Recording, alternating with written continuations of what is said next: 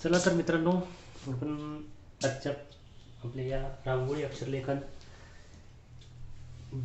भाग 5 मध्ये सर्व जे रांगोळी कलाकार आहेत, रांगोळी रसिक आहेत, तर सर्वांचं स्वागत आहे.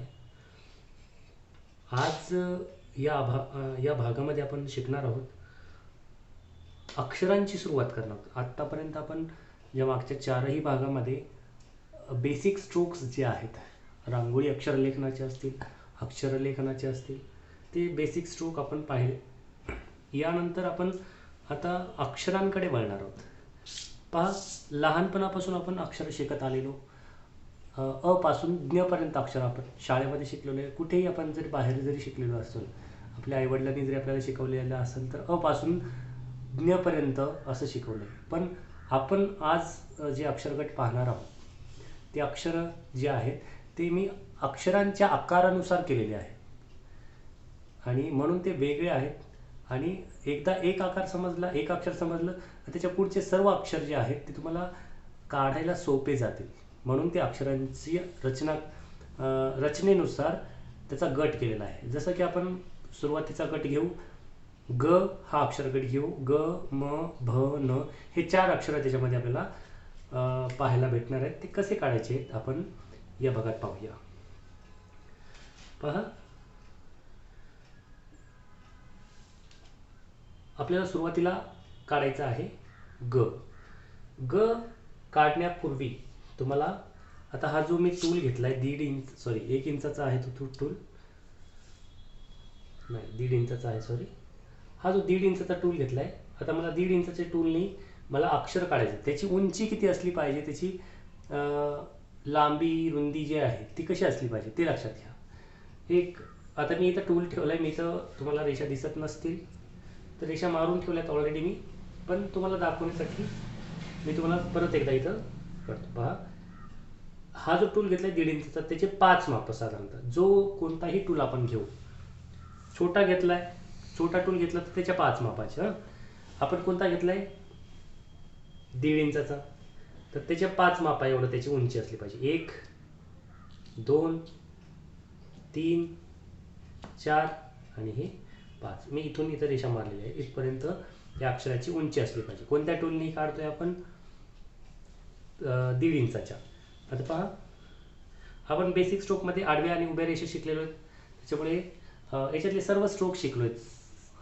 आता फक्त आपल्याला अक्षर कसे काढायचे ते लक्षात घ्यायचं आहे. ठीक आहे. पहा, आता ग काढतोय मी. जसं तुम्हाला टूल पकडायला लावलाय तिरपा देवनागरीसाठी, त्या प्रकारचा पकडायचा आणि सुरू करायचा आपला स्ट्रोक. पहिला स्ट्रोक आहे गचा. हे पहा, पहिला स्ट्रोक इथून इथपर्यंत आणि असा. त्याच्यानंतर मी काढेन उभी रेषा. थोडंसं आता मी इथून याच्यामध्ये गॅप, आता समजा मी हे जर इथं रेषा काढली अगदी चिटकून, तर काय होईल, त्याची प्रमाणबद्धता राहणार नाही. मग मी अंतर किती ठेवेन या गच्या पहिल्या स्ट्रोक पासून, त्याची जी आपण उभी रेषा काढणार आहोत, उभी रेषेला दंडरेषा म्हणून आपण ती दंडरेषा काढणार आहोत, त्याच्यामध्ये आपल्याला गॅप असला पाहिजे.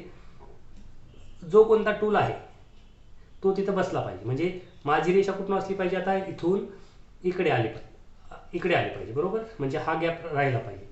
आता मी तुम्हाला इथं काढून दाखवतो. इथून इकडं माझी रेषा आली पाहिजे, बरोबर. ही माझी रेष कुठून, ह्याच्यामध्ये जर मी आता ह्या टूल ठेवला तर तो परफेक्टली बसलाय.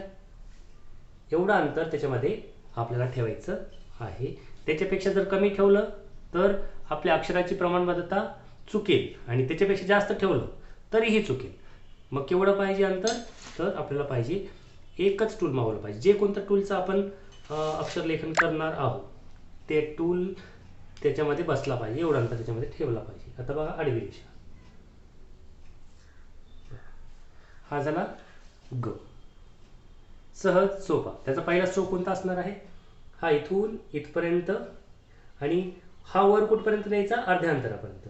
याची उंची जेवढी आहे त्याच्या अर्ध्या अंतरापर्यंत आपल्याला हे वरती न्यायचं आहे ग साठी. आणि ही सरळ उभी रेषा. प्रत्येक वेळेस आपण चेक करायचा आपला टूल जो आहे तो तिरपा येतोय का. माझी रेषा तिरपी येते का. जर सरळ येत असेल तर तुमचा टूल पकडण्याची पद्धत चुकते, हे लक्षात घ्या. माझी आडवी रेषा पहा, आडवी रेषा दोन्हीकडे तिरपी आलेली आहे, ते पण लक्षात घ्यायचं ना. आता मी इथं तिरपी रेषा काढली, ती तिरपी रेषा का आली, कारण माझा जो टूल आहे तो मी तिरपा पकडला, म्हणजे एक असाही नव्हता पकडलेला टूल, असाही नव्हता आणि असा पण नव्हता, तो बरोबर दोन्हीच्या तिरपा म्हणजे दोन्हीच्या मध्ये होता. आणि विशेष दुसरी गोष्ट अशी आहे की मी हे ग काढताना माझा असं मनगट फिरवलं नाही. मनगट फिरवलं का नाही, जसा मी पकडला फक्त तो टूल आणि माझा हात फिरला. जर मनगट माझा फिरला असतं तर हा हे टूलनं जे आपण ग काढलाय तो चुकला असता, त्याचा स्ट्रोक चुकला असता.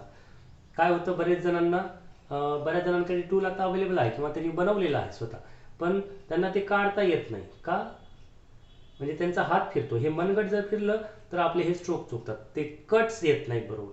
आणि ते कट येण्यासाठी आपला हात फिरला नाही पाहिजे, आपलं मनगट फिरलं नाही पाहिजे. हे असं करायचं नाही.